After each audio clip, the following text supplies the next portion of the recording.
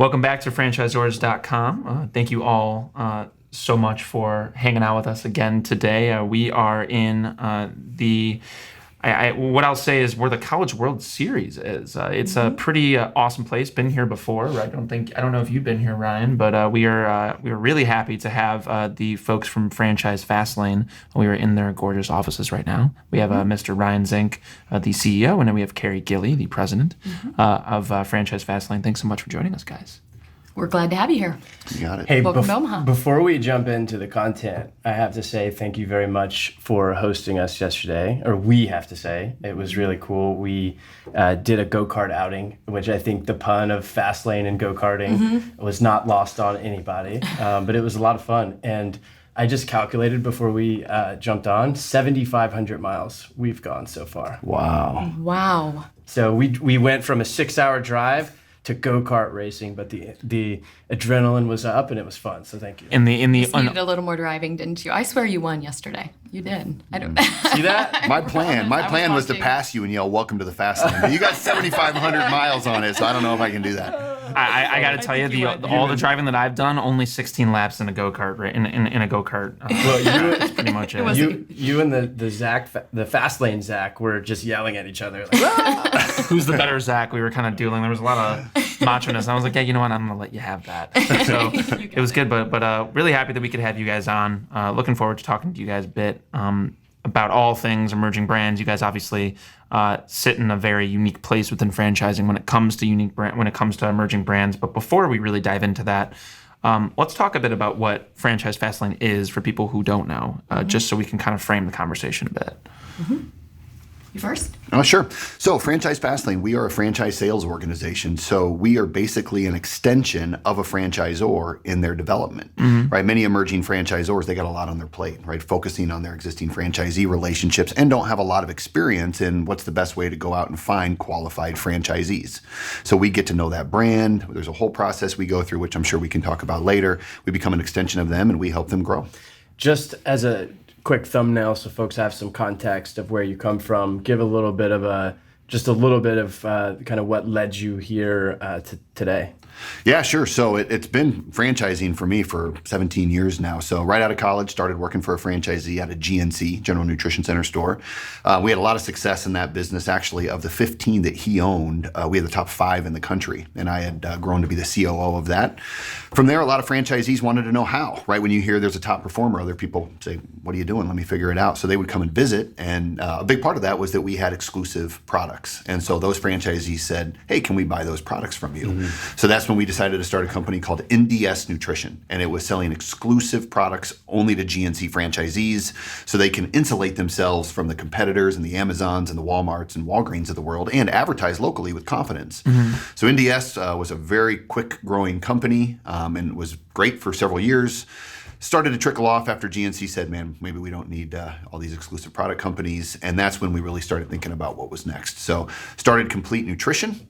In 2005, Complete Nutrition at first was our, what we thought, better version of a health and nutrition store.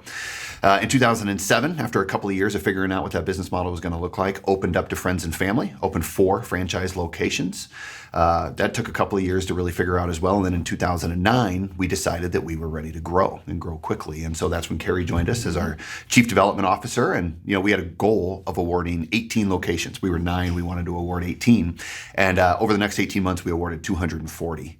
Offline, I'll have to tell you guys a funny story about my first unconference and how I had to reveal that. But anyway, so we awarded 240 locations. And at that time, we said our main job now is to make sure we get these open and operating. So we paused development, grew the brand for the next couple of years, and then sold it in 2015. And I guess before I talk about the transition to FastLane, maybe you want to just quick on your background? Sure. My background before working with Ryan at Complete Nutrition was tech startups, actually. It started a couple .com companies, and we utilized local media. That's what you do when you don't have marketing budget. And the funny story here is once we started getting some exposure in local media, I wrote a press release kind of on a whim. We sent it to the Wall Street Journal. I thought for sure they'd throw that thing away, but they ran it, and they ran it on the front page above the fold. And it was only a couple years later that we sold that company to Intuit. So it was a bit of a career whiplash because I started in startup mode where you do everything from drive strategy to take out the garbage at the end of the day, and then sold a company to Intuit and ended up working for Scott Cook for the next 5 years. Moved to California California, worked for Scott Cook, was working in corporate America. And so again, resources galore, but you aren't driving your own business. And so I was anxious to get back to the Midwest, anxious to get back into an entrepreneurial role. And that's when I met Ryan in Complete Nutrition and ended up being a franchisee as well. Yeah. So bought 3 Complete Nutritions of my own, Snap Fitness as well. And so fell in love with franchising. For me, it was right in the middle. In startup world, you have the vision, you have the dream, you have all that, but no resources. Corporate America, you've got resources, but you're working the 9-to-5 grind, right? So I found franchising to be right in the middle where you could drive your own vision and your own dream, but there were corporate resources behind you as well. Yeah, absolutely. And let's talk a bit about, because you guys mentioned something really interesting. You guys do have a really unique background because, you guys have been on the franchisor side before, so you really understand what it's like. And I think that, one thing that would be helpful for people to kind of understand is that when you guys are really thinking about, building out a team in the early days, rather it's recommending to your clients or, in your experience prior being a franchisor, what do you guys really recommend is the most important department to hire for first to actually have that built out? Are you speaking from the franchisor's perspective? Yes, from the franchisor's perspective. Yeah. Well, let's just assume development's taken care of, right? Because if there's no growth, then there's no reason for anybody else. So let's assume they're outsourced development or they have that taken care of. Right away, it's going to you guys, of course. Of course, yeah, of course. Right away, it's going to be field support, right? Especially if it's going to be a brick and mortar franchise. The most important thing they need boots on the ground, out there with the franchisee, training the specifics of that business model, ensuring they're finding quality locations. Construction management's happening on budget and on time. I can't tell you how many young franchisors we've spoken with, and they didn't have the process in place in the beginning, and their first franchisees are out there opening the wrong locations. They're over budget, they're behind time, and all of those little things are going to hurt the performance of your first locations. And if your first locations are underperforming, your validation stinks, and it just becomes a little bit of a snowball. So field operations right away. With soon thereafter, although maybe this is something they could outsource, is marketing and customer acquisition. Franchisees, when they're going through the process, candidates, I should say, when they're going through the process, one of the most important pieces on their mind is how am I going to acquire customers? Help me understand that. So those are definitely the first 2. I'm talking to emerging brands today. That's how often we're talking to emerging brands, and they'll ask this question just like you do. Where do I book up first? Where do I train my team and start my team? And often our advice is, outsource. Right now, you know what you know. You know your haircuts or your fitness or your food or whatever it is that you're passionate about. But outsource. Make sure you have a good partner for site selection, for construction build out, for marketing. Bring in the expertise from the outside until you are at a point where you have the resources to build it out internally. Yeah. Ryan, you mentioned with the Complete Nutrition, you mentioned the first wave of folks you had 4 franchisees, and then you started to put the pedal to the metal on development. Talk about what that first group of franchisees looks like and what it should look like, and then maybe how that progresses and accelerates over time. Yeah, I'm a big believer that for a young emerging franchisor, 5 units or under, their first few locations need to be friends and family, right? It needs to be within a geographical location that they can get to quickly, and it's going to be with the people they know, like, and trust. The reason for that is because they're not experienced at being a franchisor yet, usually, unless this is somebody that's done it before. They're not experienced at being a franchisor. And so if I'm in Nebraska and my first franchisee is in wherever, Seattle, and I can't get there easily, I haven't been a franchisor before, that's a major challenge. So my recommendation is go with the people you know, like, and trust, put them within a couple of hours of where you are so you can get to see them often. And the best part about it is because they know you, they are going to be very trusting. They're going to be very open and honest, and you're really going to be able to learn off of those people. Once that's established, then you understand what's the background I need of a franchisee. Do they need to be an owner-operator, semi-absentee? How much working capital they need? Who is going to be that target audience, and you go really hard at that. But for that first phase, friends and family is my recommendation. And Carey, that's what you guys recommend for your clients here too, I assume, right? Absolutely. Start with friends and family. Start with somebody that's willing to partner with you as you grow your franchisee support. But as they get a little further in, I do feel like a really clear process also is a good indicator of whether or not this person's going to be a franchisee. And we're having weekly calls with our prospective franchisees, and they have to follow a process. And after every call, they have homework to be prepared for the next call. That allows us to really get to know that candidate, because across our 14 brands, they're trusting us to invite prospective franchisees who are a fit to their brand. So franchising is all about following a process. You have to be a self-starter, you have to be driven, but there is a process to follow. And we really get a clear-cut look into whether or not they're capable of doing that in our process of exploration with them. Can I add on to that real quick? Just because, I mean, we're talking emerging franchisors, and I get the question often, or I see it often, what's the mistake that they make? Mm-hmm. And I'm not going to talk about the mistake that happens often in franchising too early. I mean, that's maybe another topic. But a major mistake I see is their process, right? Their process is not built out. They haven't done the homework to understand what a strong education process looks like for a candidate. You have to respect the fact that this candidate is considering laying down a significant portion of their life savings. They're signing up for a 10-year or more contract. They may be working this themselves. This is a huge commitment on their part. And the worst thing you could do is say, well, yeah, we have a 3-step process. We're going to have a phone call. You can call up and down our FDD to talk to our franchisees, and then you're going to come visit us, and then maybe you'll sign. Yeah, right? Do the breath test. Is it fog? Okay. You got it. And I'm being a little facetious, but it happens in many forms of that process is not built out. This is the first impression you give to a candidate of your brand. And if it's lackluster, that's what they're going to think of your brand.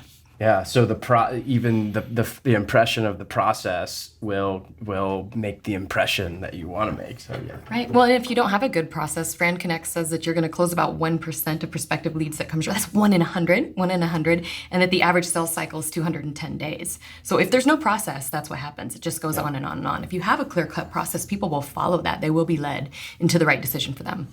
Sure, absolutely. So, you guys talk a lot about, what you guys do differently. And I think that what would be really important for people to kind of understand is what you guys are recommending to your clients, specifically when it comes to differentiation. What are you guys saying works when it comes to franchise development? What are you recommending that they do in terms of, differentiating themselves on the consumer standpoint too? Because obviously you guys have experience on both of those sides. So what are some things that you recommend to your clients? Because I think this will translate really well to the emerging folks in the crowd who are, they're in the same boat as a lot of your clients. So yeah, absolutely. Can I go first? Yeah, sure. Okay. When we vet a brand and we really dive into getting our know our brands, in 2018 we talked to well over 100 brands and we brought on 10. So we are really trying to make sure those key elements are there, like differentiation. One of the first steps after the first couple initial calls is they fill out what we call a get-to-know-you form. And we really do dive into differentiation. We have some brands where differentiation is easy because it's a patented concept. Redbox is a good example of that. There's nothing else out there like it. But we also have 5 fitness brands. You guys know what the fitness industry looks like. It's crowded and it's noisy. So in that case, we do still have to see differentiation. In the case of D1, it's kids training for sports. So absolutely, you have to find what are your key elements of differentiation and be able to articulate those very quickly in a short amount of time. So absolutely, there has to be a key part, and it has to belong right up in intro, right in the intro presentation. So before they enter our process, we register the lead. We get back to them immediately, because if you respond to them within 4 hours, your chances of them becoming a franchisee increase greatly.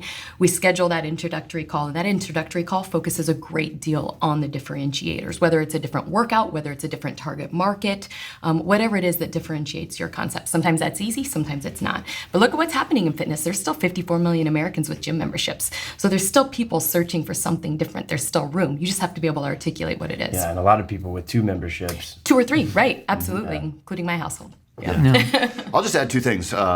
First one is Jim Collins says face the brutal facts, right? And so we talk to a lot of franchisors that need to face the brutal facts of what their brand is compared to what's already out there, right? We all get caught up in our own day-to-day. And so we're looking at our business. We fall in love with our business. We want our business to grow.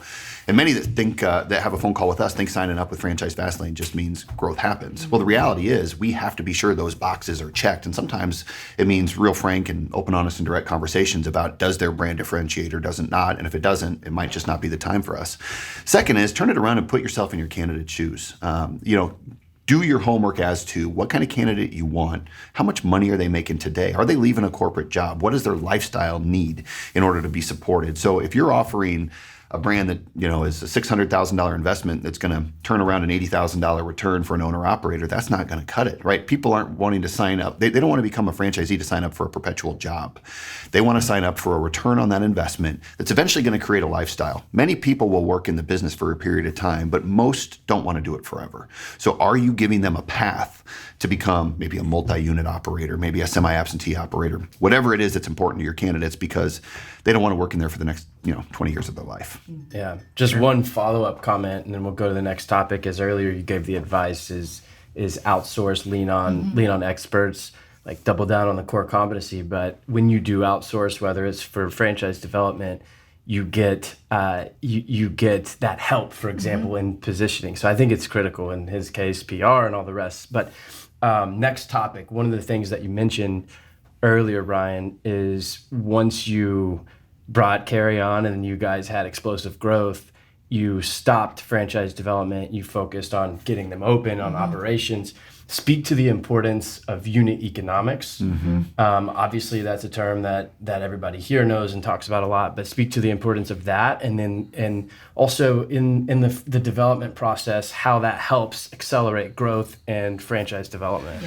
Yeah, you bet. I say the two most important things in a franchise development is your item 19, right? Your return and your validation, your franchisee validation. So your unit economics are the key driver of both of that. If it doesn't make money, it's not going to grow. It doesn't make sense. So just using the example of Complete Nutrition is we had a tremendous unit economics, right? I mean, this was a high margin, in demand product, especially in the early days. Now we had to face the brutal facts, right? There were new ways for people to buy that product, new challenges. We had to try to pivot the business. And I know that's not the point of your question, but unit economics have to be there. And I'll say one add-on to that. Many times a franchisor says, we want A players, great quality franchisees, A players. And that's great if you want them. Everybody wants them. What I would say is ask yourself, do you need them? If you need A players for your business to succeed, I would encourage you to go back and look at your processes, because you are not yet a franchise. Your system, your brand, your process needs to be able to support B and C players. It doesn't mean you want B and C players, but think about some of the largest brands that have had staying power. They don't have all A+ players in there. They have a brand and a system that allows some of those folks that aren't to still be successful. That's a powerful insight. I like that. So important that when we're talking to prospective new brands, if we see an item 19 that's not quite ready to go, the advice is pause, stop. You're not ready for franchising yet. Let's go figure out how to optimize revenue, figure out where you need to spend in marketing to minimize your expenses, and then let's try again. It's our second call in our process. So after the introductory call, we dive into unit economics, and we have a very clear spreadsheet on how we walk through it. We talk about item 7, the range for investment, talk through a fictitious example that lands somewhere in the middle. So it's usually geography that drives that difference. And then we get into item 19, and we, just exactly as it is in the FDD, talk about the earning potential and the lowest performing franchisees to the highest performing franchisees. We never fill out a pro forma for them, but we show them how they can utilize that data to create their own forecasting and their own pro forma as they consider that franchise.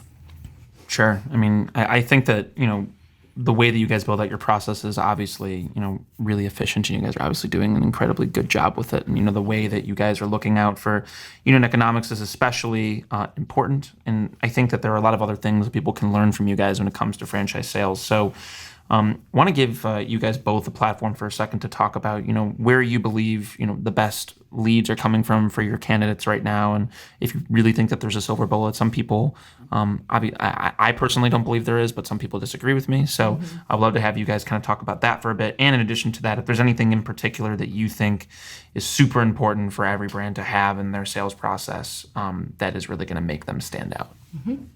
Yeah, you want me to go first? Yeah, sure. I want to start with the leads, and I'm just going to talk specifically to what we think is better for an emerging or re-emerging brand. Those are typically what we work with, right? And so there's a couple of decisions they have to make. One, what's the budget and how are they going to spend it, and how much risk do they want to take on, right? And so you're going to have this budget, and you could go out and spend a tremendous amount in driving organic leads, which is a strategy many take. But like Carey mentioned earlier, about 1% of those are ever going to become a franchisee.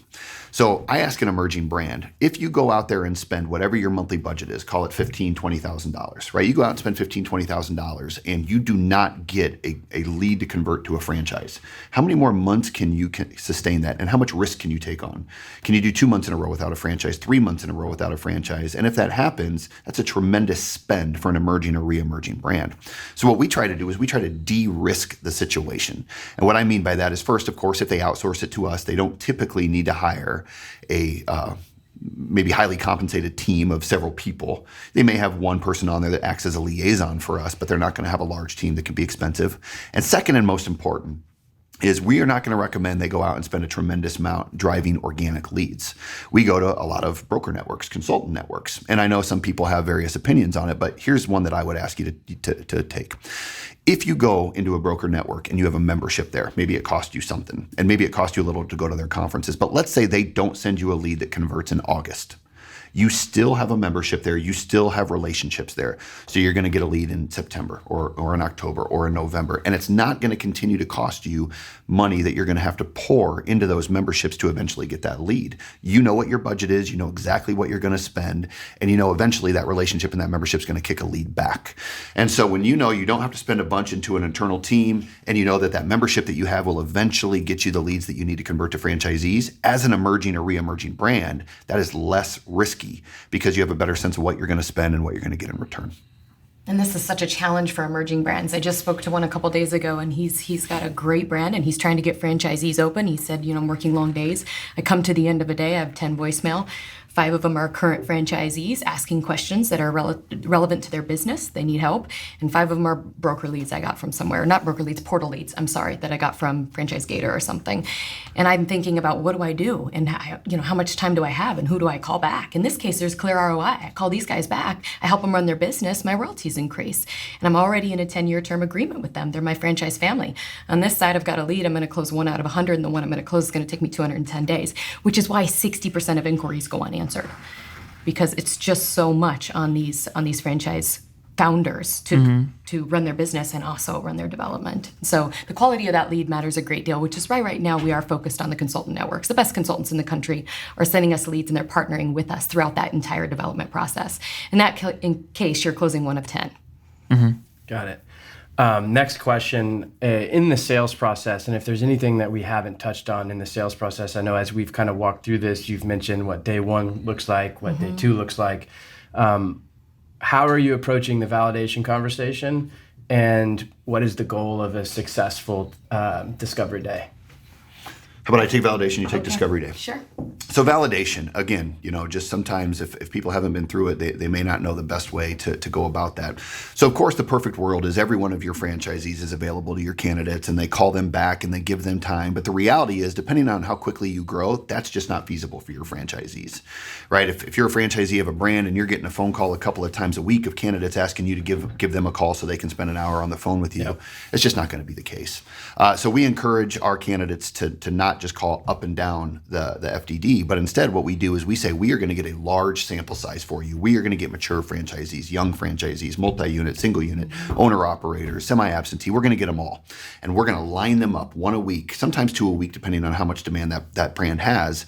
And you're going to be able to call into a group call, hear what kind of questions other people are asking, have the ability to ask your own questions, hear from all types of different franchisees, and they're going to be available. Because I promise you, Mr. or Mrs. Candidate, if you just start calling up the FDD, you're not going to get a call back. And that's not a reflection of the quality of the brand. That's a reflection of the busyness of the franchisee.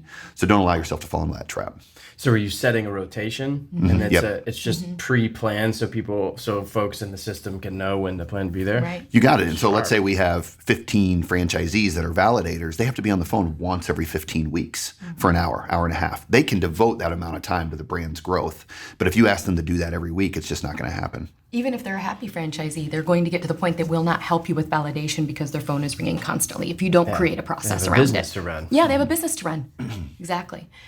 Discovery Day. We love Discovery Day. So we're currently hosting 14 Discovery Days a month. A great experience. At this point, you've been talking to that prospective franchisee for 5 to 6 weeks. You feel like they're a fit for the brand, so you invite them in for Discovery Day.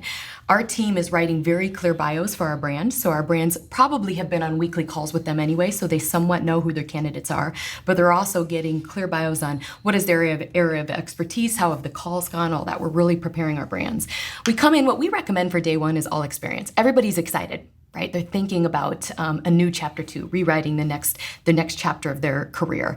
And so they're coming in on day 1. Typically, if it's a fitness brand or service brand or whatever, we'll meet in the lobby in mid-afternoon. And the first day is all experience. So we'll go work out together, or we'll go get our nails done or beauty or have a massage or whatever's right. Go see a work site, experience the brand, get to know the team, take them to a nice dinner that first night. So the first day really is just about the momentum of the brand and everybody coming together. Then the next day is work. The next day we're meeting 8:30 in the morning. We're kicking off with breakfast. And that is the day they want to hear about what is this franchise system and what can I expect. So you should have multiple presenters. You should be talking about site selection and build out and marketing support and training and hiring and any retail and all of your support should fall into day 2. And then the other thing I would absolutely recommend is when they leave Discovery Day, they need to be approved by the brand. So the brand needs to say, congratulations, you've been approved, or I'm sorry, you're not a fit. And there need to be clear-cut steps to what is next, clearly defined steps to what is next. So you've been approved, here's our next call, and here's our signing date, or here's what we're still going to iron out before signing. But it needs to be clearly defined how we're going to get from Discovery Day to them becoming a franchisee.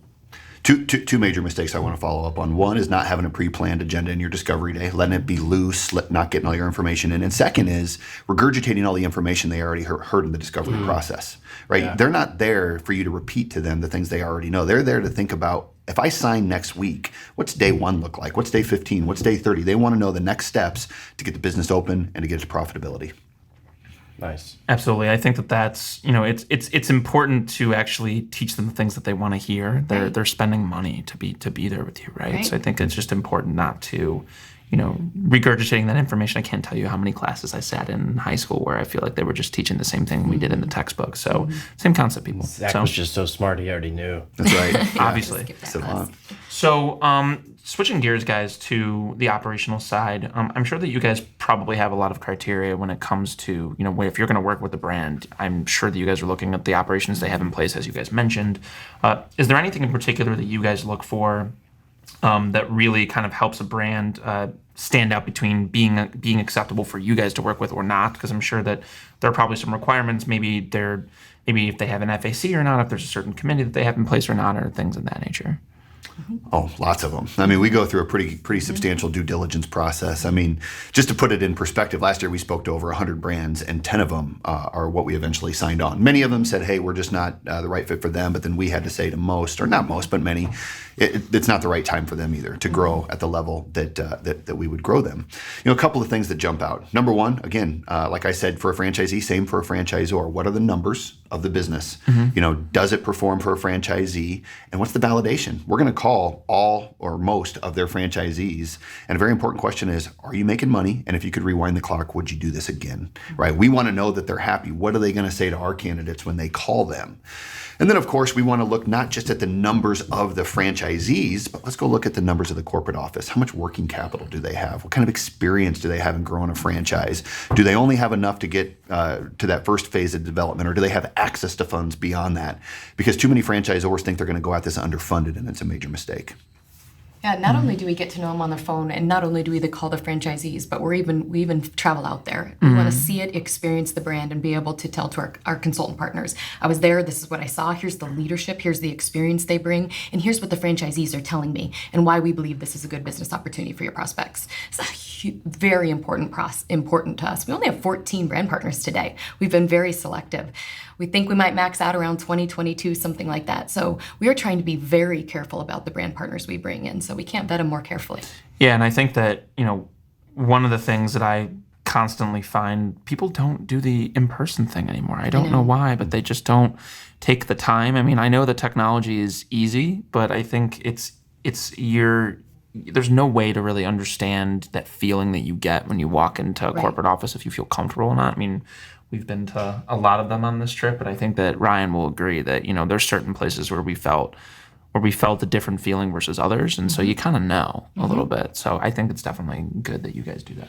Yeah, and to add that, there's no amount of money worth working with a brand that is going to be, what's the word, a hassle, a pain, a jerk, whatever it is. We want to work and partner with brands that are willing to adapt to what's needed to grow. We want to work with those that are fun to get along with, the types of people that you want to be around, the ones that are just going to do the things that it takes to really help their brand grow and listen. And, if we get on the phone or if we go and visit and we find that somebody just doesn't feel like they're going to be a culture fit for us, that's an immediate no as well.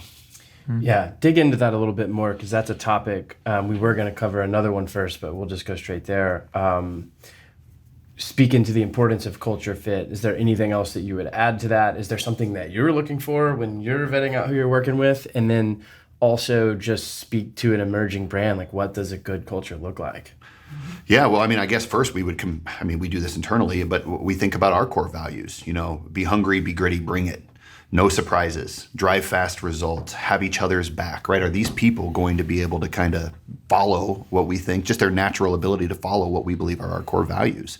Are they going to be available? Do they bleed this business, or do they want to go fishing, Wednesday, Thursday, Friday, instead of there supporting their franchisees? So I think the core values and the availability are the two that jump out for me. I would agree. I think I talked to 3 of my brands yesterday. So we talk to our brands regularly. We want to know that they're engaged.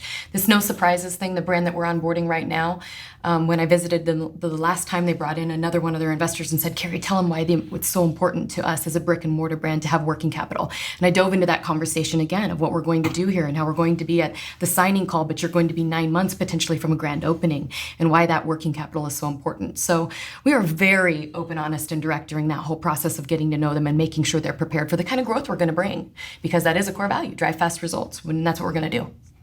Absolutely. And I think that's a really good place to kind of start to go to close, guys. I think it's important for people to kind of know all those things. And I think that, I'd love to hear kind of a looking back, what you guys really would recommend to brands, because I know that in the very beginning, pitfalls that they may be able to avoid, you guys see a lot of those, I'm sure. Mm-hmm. You guys also have lived them too. So is there anything in particular that people should know as parting words that, you guys want to impart on them at all? Oh, there's lots of them. I'm sure. Everybody's always like, oh my God, I have 8. How much time do you have? Yeah, I think the one I said earlier about A players, I can't stress that enough. Do you really have a system, a brand in place that is a franchise, or do you need just outstanding superstars to be successful? I don't want to turn this into a commercial for FastLane, but I do believe business is about identifying a problem and then putting together a solution. So when I say last year we spoke to 100 brands and only 10 of them were ready for this type of growth, that's not a business that is where we want it to be. We want to be able to help more franchisors. We don't want to have to say yes to 1 out of 10. So we're launching a program, and the team will be frustrated because we're just in beta now, so hopefully we don't get too much demand for this early. But we're launching a program because so many franchisors don't understand the process and the importance of the process. So we're calling it the on-ramp, right? We have the on-ramp and the fast lane. The on-ramp is for those franchisors that need a better process. How do they qualify and reach out to organic leads? What are background checks? What does funding look like? How do you schedule the first call? How many times should you reach out in a 5-day period? How do I build a drip campaign? What about an FDD receipt and a signing call? How do we set up validation? All of these things will be managed for the brand through the on-ramp at a cost that's probably less of them just hiring an administrative person to do it themselves. So now as a CEO or a leader of a franchise brand, because I was in this position, I would speak to my development directors back in the Complete Nutrition days. And because it was before I knew a lot about development, I'd say, tell me about how things are going. And they would tell me. And all I had to go on is what they told me, and the results, of course, that happened at the end of the year. Whereas if I had a third party that would have managed the perfect process, I could go into that CRM and their key performance indicators, and they could tell me what I was looking for to identify if my team was performing.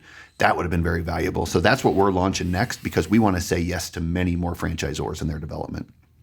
Yep, absolutely. And I think it's the same thing for franchisors. It's not just about your business. Typically, our franchise founders are very passionate. That's what we're looking for. Very passionate about what they do. But everything that goes into it, when somebody decides to franchise with your system, it's not just because they're passionate about trees or construction sites or fitness or beauty or whatever it is. They are looking to you for everything underneath that. Every day, the people that we talk to for prospective franchisees, typically is a corporate executives who has been in corporate America for 20, 30 years, and they're looking for something different for Chapter 2, right? So they've been a CFO, they've been in marketing, their experience is deep, but it's narrow. And so they're looking to that franchise system for helping them with hiring and training and all of these things. So you can't prepare enough, and you need to hire ahead and be prepared for what we're going to bring to you. So it's not just about your business, it's about everything underneath that drives your business, all the systems and processes. You cannot skip those things. Love it. Well, thank you both very much for taking your generous time and sharing some great pieces of advice. And can I say something before we close? Go ahead. I want to say thank you to you guys. Yeah. I mean, I noticed yesterday when you got off the bus, you were driving whatever it was, 6 hours straight, 7,500 miles on the road, and I don't know what it has been, 45 days. And the content you're putting out for the franchise industry is awesome. And I realized how hard it was on all of you guys when I saw you get off that bus yesterday, and we immediately asked you to jump into getting on go-karts and eating dinner and doing things. You have been on the constant grind to put this content out. So thank you guys. We appreciate it. We will say thank you for thanking us. And it has been a grind, but thank you to our sponsors and the folks at Franchisors.com. We have a really great backdrop right here. We do. You bet. It's been pretty incredible, and then also the hospitality of the industry, the willingness to share. It's been really awesome. So thank you. And we appreciate you guys. We really do. Appreciate you. Thanks, guys. Yeah, Cheers. of course.